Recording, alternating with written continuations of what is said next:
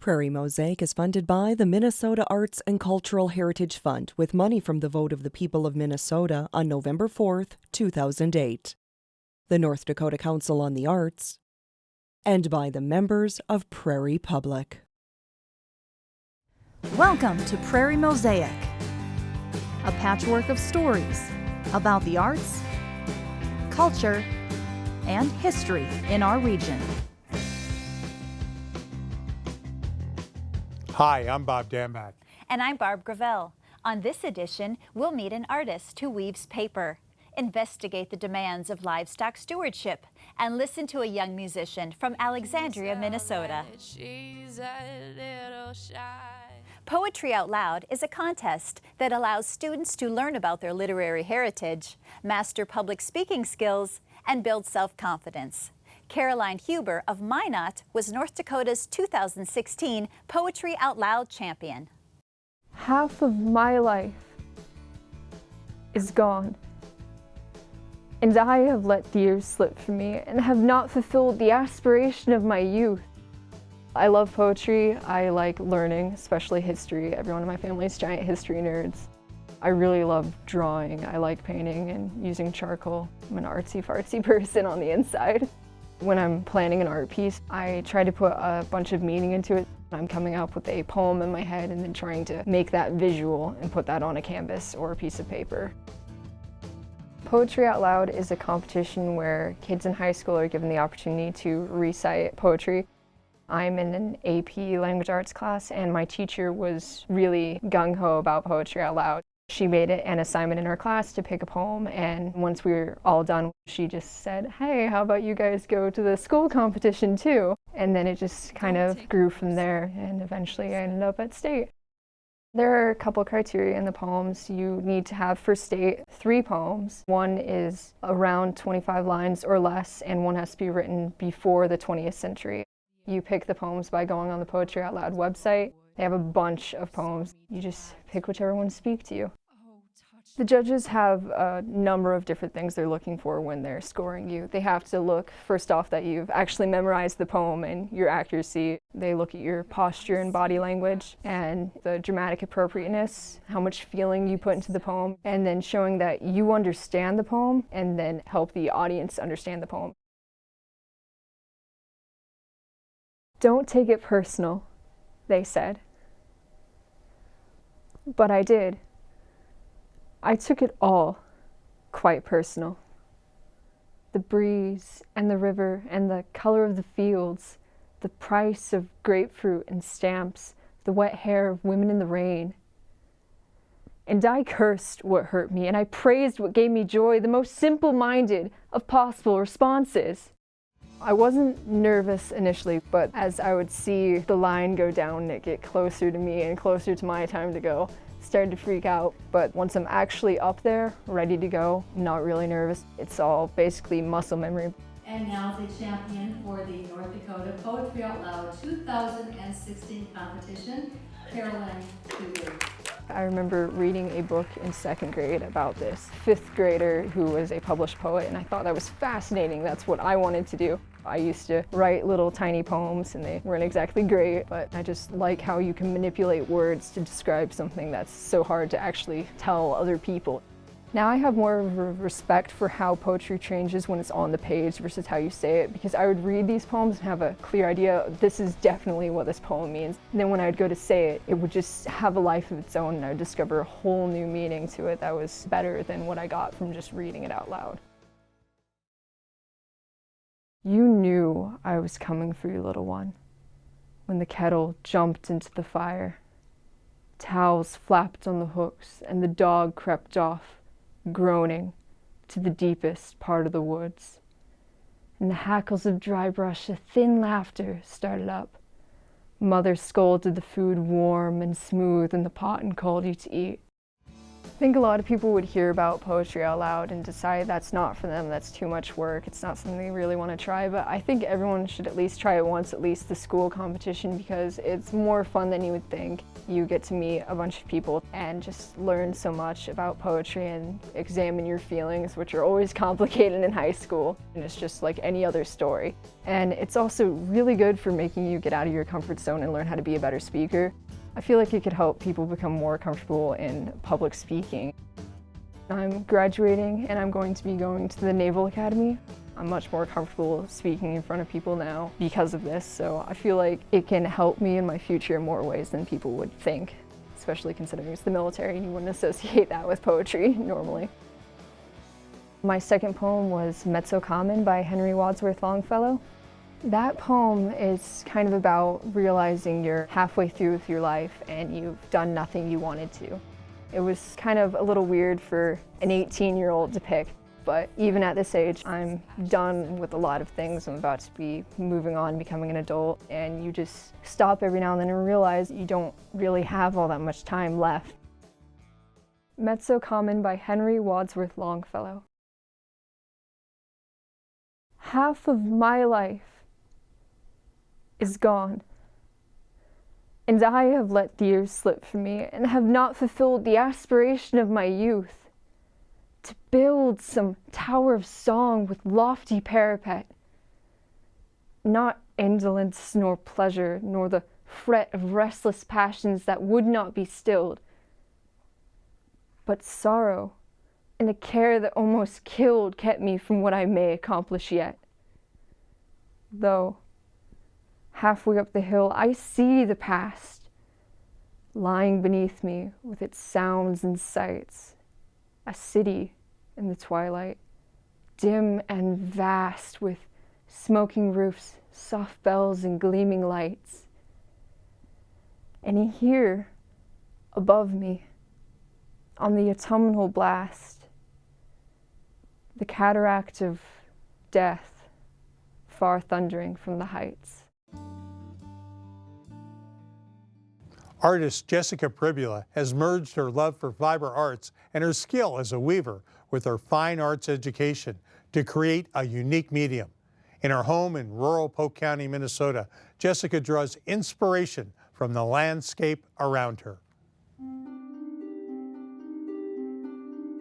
I really must be a fiber artist at heart because I keep coming back to, using the quilting tools or the weave or the colors as inspiration.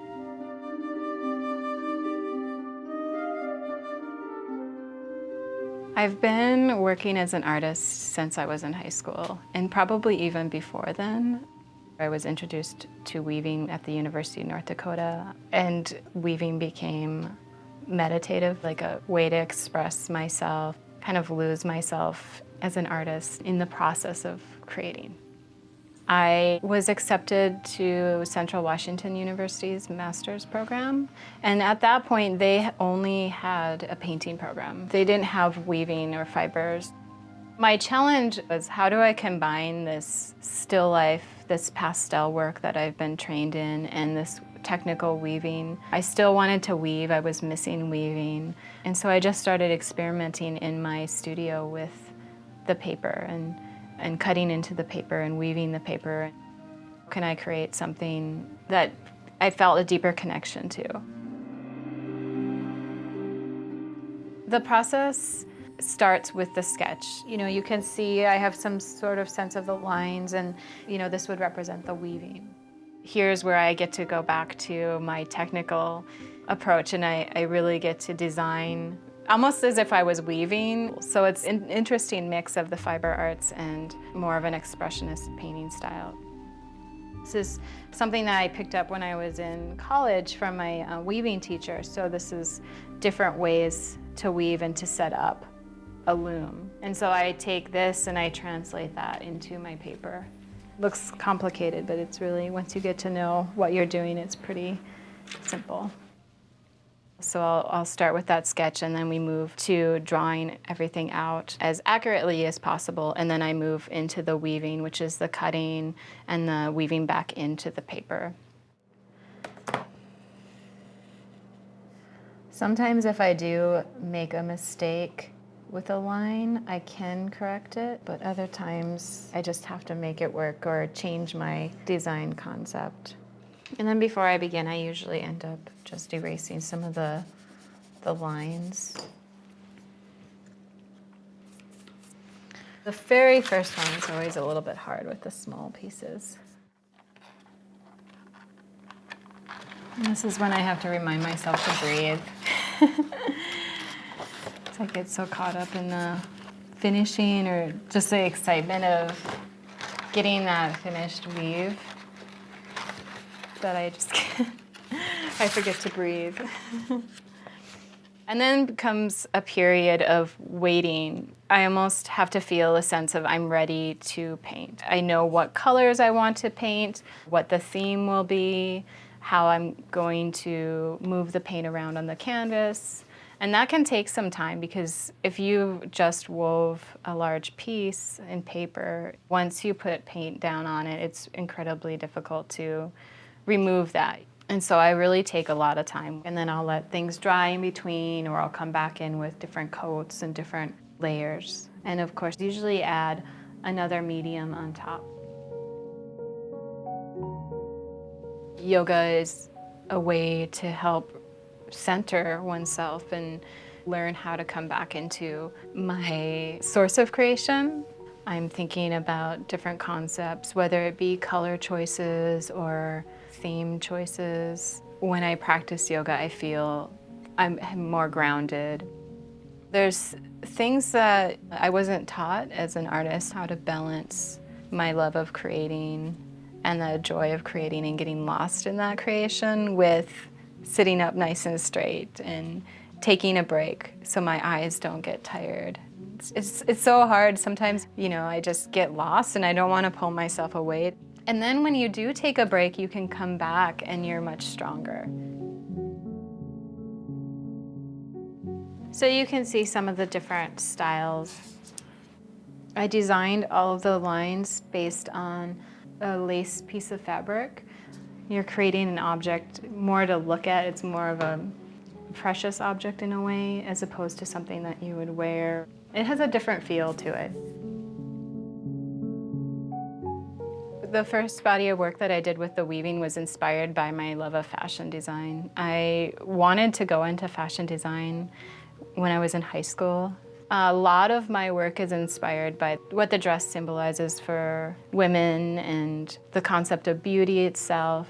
Now I'm coming back to more of an inspiration from the landscape and the sense of my surroundings. So I'm back in this space, and so I'm doing a little bit more traditional style with my non-traditional technique. It's been wonderful that I've been able to work as a ceramic artist in weaving. I've done design work on the computer, done mixed media, acrylic, oil. So I've had the opportunity to work in a lot of different media. It doesn't really matter to me what medium I'm working in. They're all so much fun, and it's hard to give up one.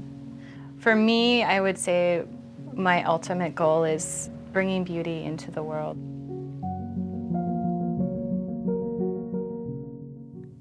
Raising animals is not a 9-to-5 activity.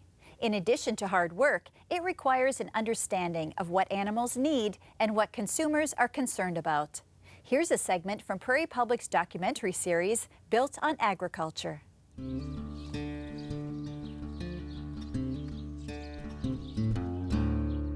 Most people that are engaged in actual primary production raising animals, the vast 99.9% of them do think that they are respectful and that they are stewards and that they are doing something very important and that they do care about the animals. We do teach about welfare and what the animals needs because our understanding of that has changed over time.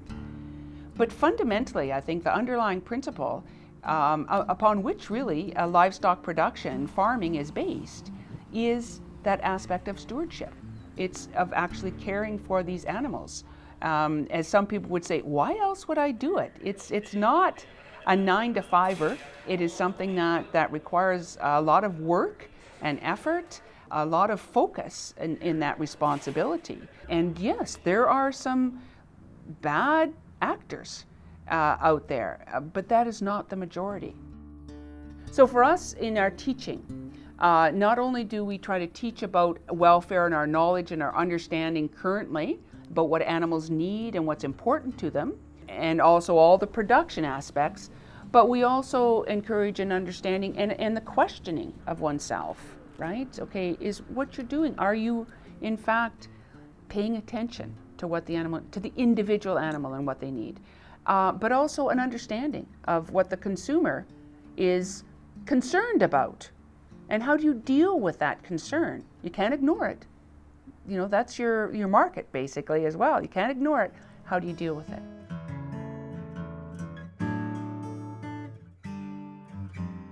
My name is Marg Rempel, and I live southeast of a little community called St. Anne, Manitoba. We're a mixed farm. We're growing a lot of feed grains for our hog enterprise, and we're also growing some cash crops. I'm closer to retirement than I am to the beginning of my farming career, and I get really enthused and very energized and excited seeing the next crop, the next generation of farmers coming onto the scene. And I think back 35 years ago, we also had that much energy and drive and enthusiasm to experiment and do new things. It's really great to see that continue, right? We have a tendency to think all the really good ideas and good visions and good dreams are going to die with us. And it's really good to be reminded that that's not the case, that there's a significant next generation that's very enthused about food production. What's up? My husband passed away 9 years ago, so I operate as a widow. My oldest son has returned to the farm after a bit of time away, and is certainly interested in making his future on the farm. There are a number of ways to transfer farms. It comes down to each generation sort of having to buy the farm again, which is a significant challenge. From when you begin your farming career in your early 20s, you're already doing estate planning, because the retiring generation has to have enough from the farm to sustain them through their senior years. So it's a huge challenge, and it is for every generation. But we can't always count on the financial rewards to carry us through. So sometimes we need the passion, we just need the plain grit to get us through some of the more difficult times. You ask us as farmers, is your farm a business? And we say yes, it is. But it is also a lot more than that too, right? It is also where we live. It binds up our family and has so many threads woven together that it is a business, but it's not necessarily a cut and dry, easy to separate business.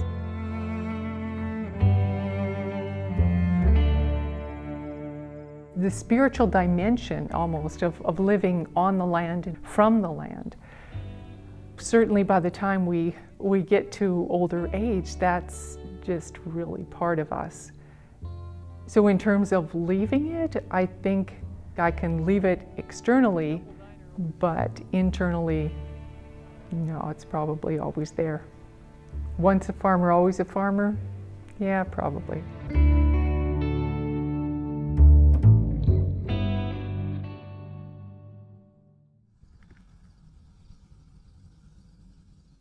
Josie Nelson is a singer-songwriter who uses personal experiences to channel ideas and stories for the lyrics of her songs. Josie is one of the regional artists featured on the Prairie Public series, Prairie Musicians.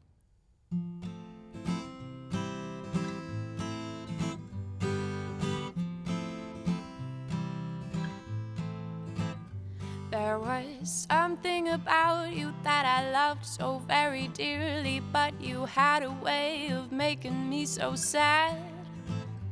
And I desperately wanted it to work. I tried and tried, but it just hurt, giving you everything I had.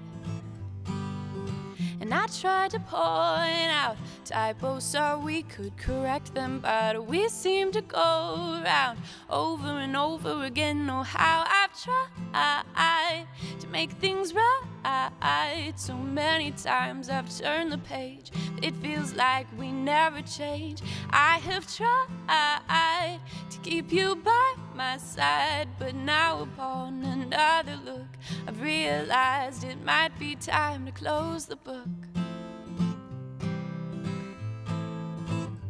And the story of us feels like a never-ending conflict. Only problems, no solution, no conclusion, resolution, just confusion. And I think there comes a time we just need to see every story doesn't have an ending from our dreams. Oh, I've tried to point out typos so we could correct them, but we seem to go around over and over again. Oh, how I've tried to make things right. So many times I've turned the page, it feels like we never change. I have tried to keep you by my side, but now upon another look, I've realized it might be time to close the book.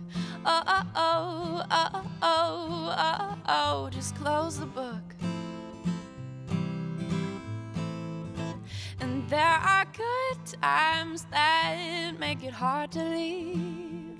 Sometimes what you need don't feel like what you want, but I need to know what is right for me, and another book might be where I belong. How will I ever know if I'm not willing to move on? I have tried to make things right. So many times I've turned the page, it feels like we never change. And I have tried to keep you by my side, but now upon another look, I've realized it might be time to close the book. Oh, oh, oh, oh, oh, oh, oh, just close the book. Oh, oh, oh, oh, oh, oh, oh,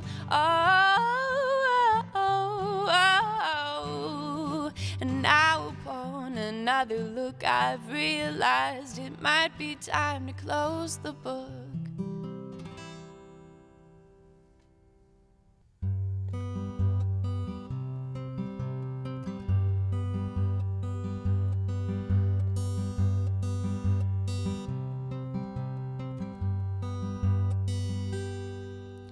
Tears run down her face as she walks away.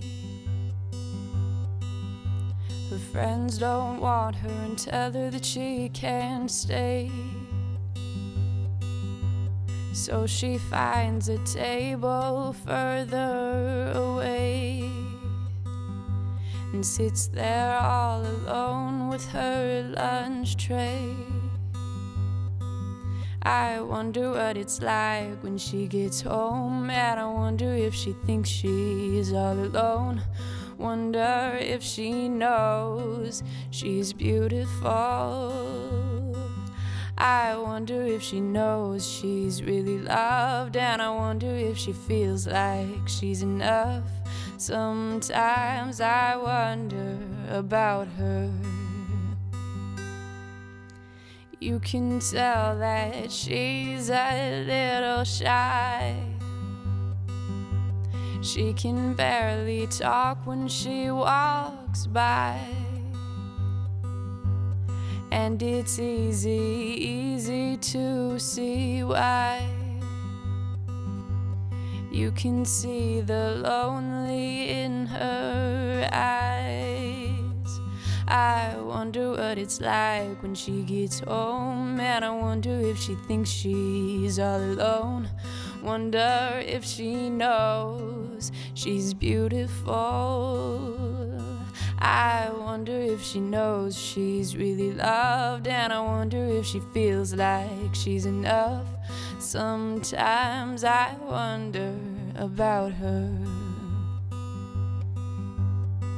It's not fair how they judge, 'cause life can be rough, and we've got enough problems alone, and we're all a little insecure.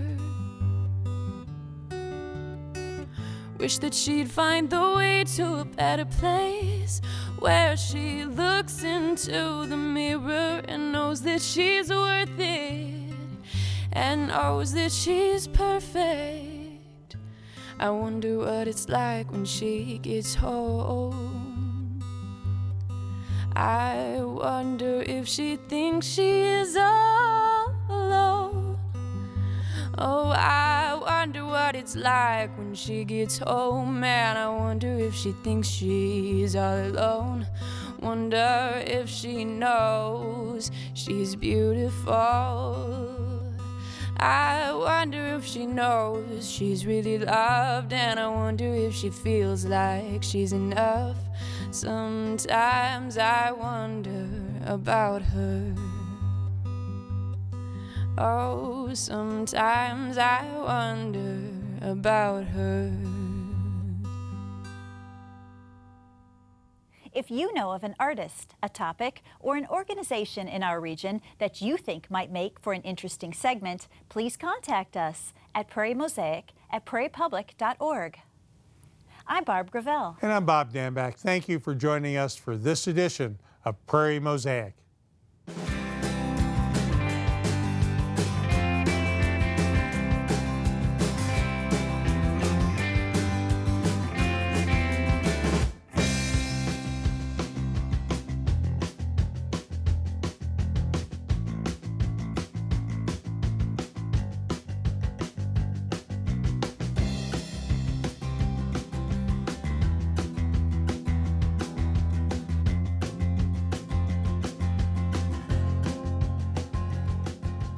Prairie Mosaic is funded by the Minnesota Arts and Cultural Heritage Fund with money from the vote of the people of Minnesota on November 4th, 2008, the North Dakota Council on the Arts, and by the members of Prairie Public.